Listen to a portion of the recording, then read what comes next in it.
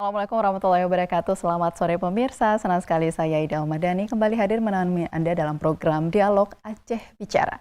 Pemirsa, Aceh merupakan provinsi dengan prevalensi balita stunting tertinggi kelima di Indonesia di tahun 2022. Dan berdasarkan hasil survei status gizi Indonesia atau SSGI Kementerian Kesehatan, prevalensi balita stunting di Provinsi Aceh sebesar 31,2% di tahun 2022. Dan prevalensi stunting ini tergolong buruk karena melebihi ambang batas yang ditetapkan oleh Organisasi Kesehatan Dunia atau WHO sebesar 20%. Dan berdasarkan wilayah yang ada di Provinsi Aceh, terdapat 12 kabupaten kota di Aceh yang memiliki prevalensi balita stunting di atas rata-rata provinsi dan kemudian 11 kota lainnya di bawah angka rata-rata. Nah, menarik memang berbicara soal stunting dan ini sudah beberapa kali kita berbicarakan di Aceh Bicara karena memang untuk melakukan percepatan penurunan stunting ini perlu effort yang besar dan dalam mengatasinya dan perlu kolaborasi antara stakeholder untuk mengatasi bersama terkait dengan persoalan stunting di Aceh karena memang target dari pemerintah di tahun 2024 akan mencapai prevalensi 14%. Nah, apakah ini nanti akan tercapai dan seperti apa program yang dilakukan oleh pemerintah dalam mengatasi percepatan penurunan stunting ini? Kita akan perbincangkan pemirsa bersama dengan narasumber yang hadir di studio saat ini. Sudah hadir bersama saya Dr. Andes Fadlan yang merupakan Kepala Dinas P2KB P3A Kabupaten Aceh Besar. Assalamualaikum Pak Fadlan. Waalaikumsalam. Terima kasih telah hadir di Aceh Bicara. Alhamdulillah. Dan kemudian pemirsa juga sudah bersama saya Dr. DRH Iskandar Mirza yang merupakan Koordinator Program Manajer Satgas Percepatan Penurunan Stunting Provinsi Aceh. Assalamualaikum Pak Iskandar. Assalamualaikum warahmatullahi wabarakatuh. Terima kasih telah hadir di Aceh Bicara. Sama-sama tidak. Dan juga pemirsa sudah bersama saya Dr. Aslinar, spesialis anak biomed yang merupakan tim pakar Ikatan Dokter Anak Indonesia atau IDAI Provinsi Aceh. Assalamualaikum dokter. Waalaikumsalam warahmatullahi wabarakatuh. Terima kasih telah hadir di Aceh Bicara. Dan seperti biasa pemirsa, perlu kami informasikan bahwa dialog ini terselenggara atas kerjasama TVRI Stasiun Aceh bersama Dinas Pengendalian Penduduk, Keluarga Berencana, Pemberdayaan Perempuan dan Perlindungan Anak. Dan kalau kita bicara soal stunting ini memang sudah sering kita dengar masalah stunting, tapi tentunya karena tingkat stunting yang Aceh itu tinggi dan kita berada pada peringkat 5, artinya perlu terus-menerus kita lakukan edukasi yang intens pada masyarakat juga terkait dengan stunting ini. Tapi saya sebelum kita bahas program-program kita untuk percepatan penurunan stunting ini, saya ke dokter terlebih dahulu ya. Edukasi awal gitu ya terkait dengan stunting meskipun sudah sering dengar ini dok. Apa sih hal yang paling penting diketahui oleh masyarakat terkait dengan stunting ini supaya ini membantu proses penurunan, percepatan penurunan stunting di Aceh? Oke, baik, terima kasih semua pemirsa di rumah. Nah, stunting itu adalah suatu kondisi kekurangan gizi yang kronik yang sangat lama ya. Dalam bentuknya fisiknya kita lihat anaknya lebih pendek dibandingkan anak yang seusia tersebut.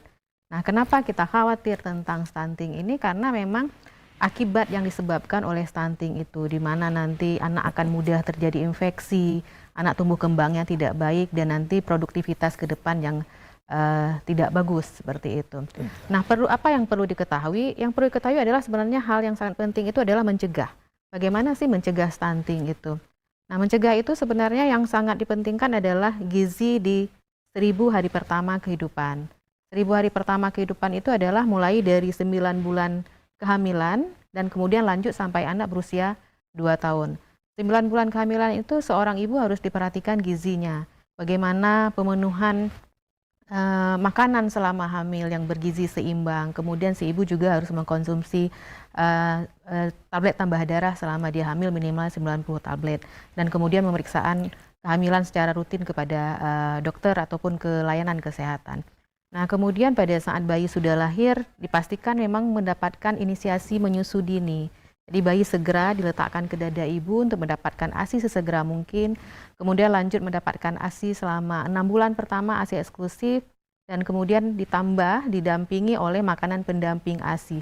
Nah, kebanyakan makanan pendamping ASI itu kadang yang mulai tidak didapatkan secara adekuat. Yang dalam arti bahwa makanan yang terkandung dalam MPASI itu tidak bergizi seimbang, di mana kadang-kadang orang tua cenderung memberikan menu tunggal, misalkan hanya memberikan buah saja, seperti pisang saja atau nasi saja. Padahal yang kita butuhkan adalah anak dengan gizi seimbang di mana semua mengandung zat gizi yang dibutuhkan oleh tubuh.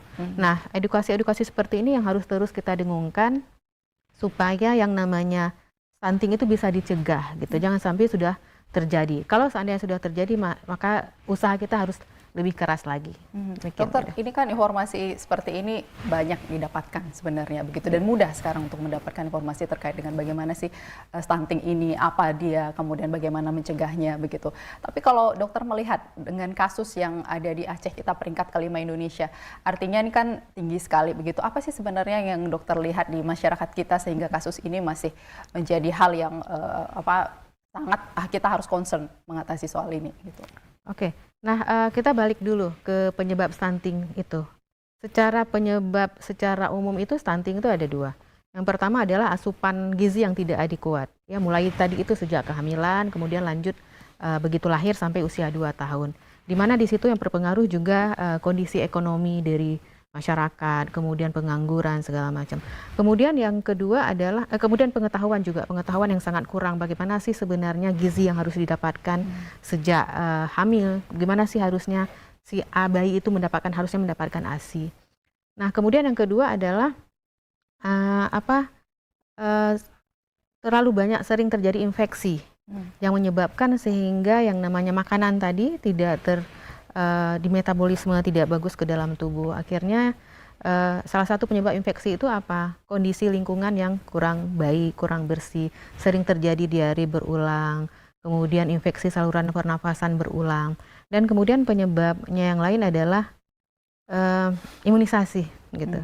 Imunisasi secara tidak langsung itu akan berhubungan dengan stunting karena banyak sekali penyakit yang seharusnya bisa dicegah oleh imunisasi. Kita tahu bahwa Aceh saat ini juga termasuk provinsi dengan cakupan imunisasi sangat rendah gitu.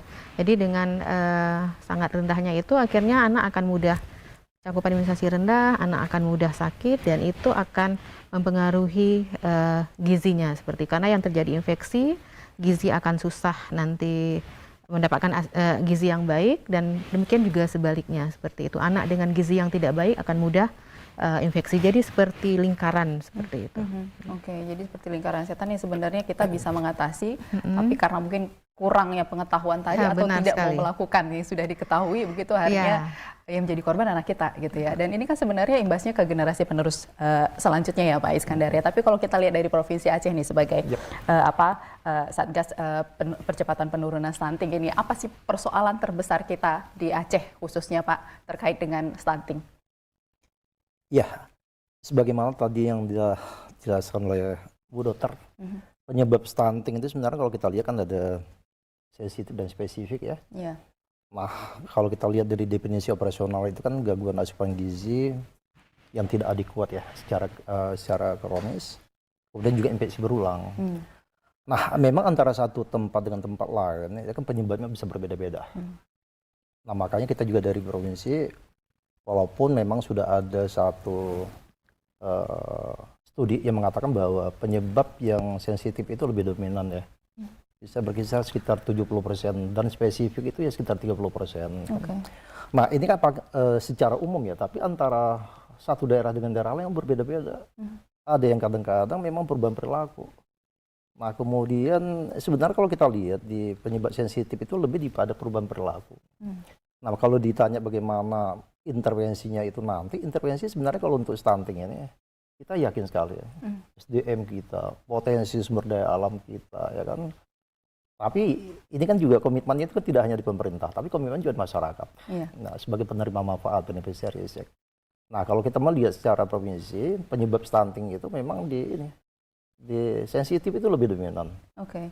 Tapi juga mengabaikan pada kelompok-kelompok marginal, penyebab infeksi seperti dikatakan oleh Bu Dokter tadi, itu juga sebagai pemicu. Yang jelas ketika dia infeksi, asupan zat gizi kan terganggu.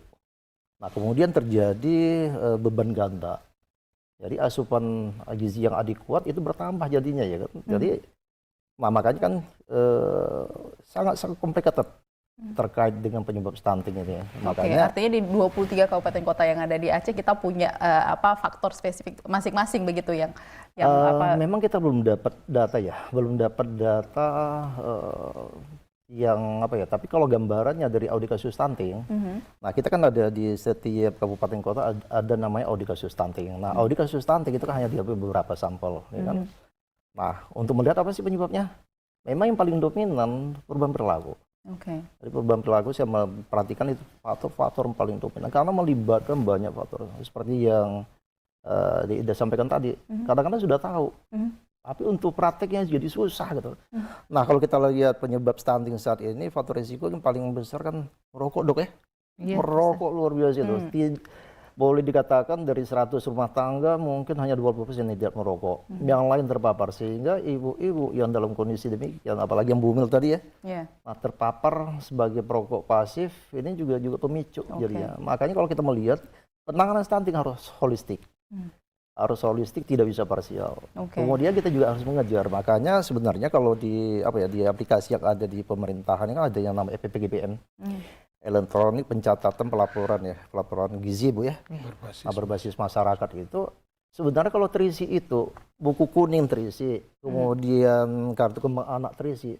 Kalau ini terisi, jadi kita sudah bisa lihat nih apa sih penyebabnya.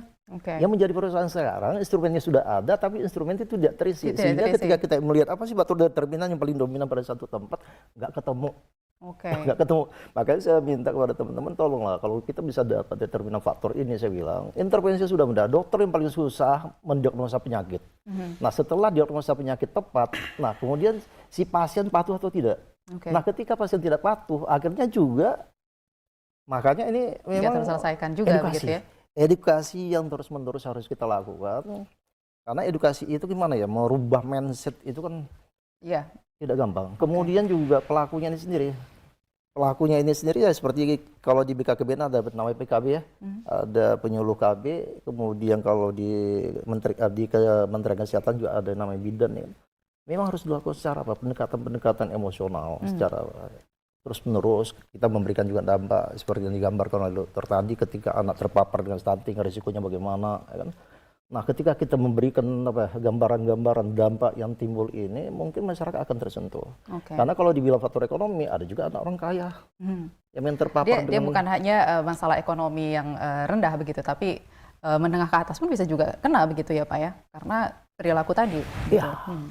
Tapi kalau kita melihat dari apa yang dilakukan oleh pemerintah dan juga kontribusi masyarakat begitu, apa sih sebenarnya yang paling sulit Pak ya, sehingga ini kayaknya masih terus menjadi masalah, karena kalau kita lihat kan dari tahun ke tahun tuh penurunannya itu sedikit sekali begitu ya. Hanya 2 digit. Ya, apa yang bisa dilakukan oleh pemerintah gitu ya untuk bisa mengintervensi masyarakat untuk tadi buku kuningnya harus terisi, mereka harus punya perilaku yang diubah perilaku yang tidak baik ke arah yang baik begitu, sehingga tadi generasi yang dilahirkan tadi benar-benar sehat begitu. Ya. Kita harus melihat ya, kalau kelompok sasaran itu ada 5 kelompok sasaran yang mulai dari Jatim. Dari Jatim, kemudian Bumil, kemudian Bufas, kemudian Baduta dan Balita. Nah, kalau kita lihat apa yang harus dilakukan oleh pemerintah, sebenarnya semua program pemerintah itu sudah tepat. Sudah sangat-sangat tepat. Nah, cuma makanya kami di Satgas itu memastikan itu tadi ya. Memastikan apakah semua kelompok sasaran itu mendapat layanan atau tidak. Tepat sasaran atau tidak. Programnya sudah tepat, tapi tepat sasaran atau kemudian tidak. Pertama itu, ya kan, pertama kita harus memastikan 5 kelompok sasaran itu yang saya sebutkan tadi, mulai dari Jatim sampai dengan Balita, itu harus mendapat apa? Ada program atau tidak. Nah, setelah ada layanan itu dimanfaatkan atau tidak. Nah setelah di layanan itu dimanfaatkan atau tidak, kemudian ini harus juga terlaporkan dan tercatat. Nah ini yang apa? Kemudian berapa kelompok sasaran yang belum dapat layanan? Nah kalau saya melihat, karena juga sekarang ini kan kita tidak hanya melibatkan pemerintah di dalam percepatan penurunan stunting yang kita singkat dengan PPS, tapi juga melibatkan Pentahelik. Nah Pentahelik ini kan buat saya melihat kalau masalah sumber dana atau saya nggak pernah ragu gitu loh. Nah cuma masalah sekarang ini memberikan edukasi kepada masyarakat ini, ya kan, kalau untuk mendapatkan asupan gizi saya nggak khawatir. Tidak pernah khawatir kita. Negara kita, apalagi Aceh sebagai lumbung pangan ya. Kemudian ikan saya pikir juga kalau Kok bisa banyak stuntingnya malah tinggi gitu ya Pak ya? Ini jadi tanda tanya besar. Lihat kan perubahan perilaku ya, di perubahan perilaku gitu loh. Nah perubahan perilaku ya seperti yang dokter sampaikan tadi. Bagaimana si ibu pada masa gestasi, pada masa hamil, ya kan? Kemudian bagaimana peran ayah, ya, seperti dikatakan dokter tadi, IDL kita masih lengkap, imunisasi dasar lengkap kita masih rendah. Karena apa? Masih berkembang isu-isu yang memang kadang-kadang tidak rasional, yang dikatakanlah materinya kurang bagus, yang dikatakanlah demam, macam-macam gitu ya kan? Betul. Nah itu kan masuk perubahan perilaku. Makanya saya melihat di sini keterlibatan lintas sektor. Karena penyebab stunting multifaktor harus melibatkan multisektor. Makanya saya melihat itu harus berjalan secara simultan. Nah, tapi yang paling penting itu tadi, semua instrumen yang sudah disediakan oleh pemerintah itu harus terisi. Kalau ini tidak terisi, kita bagaimana melakukan intervensi? Dokter yang paling susah itu mendiagnosa.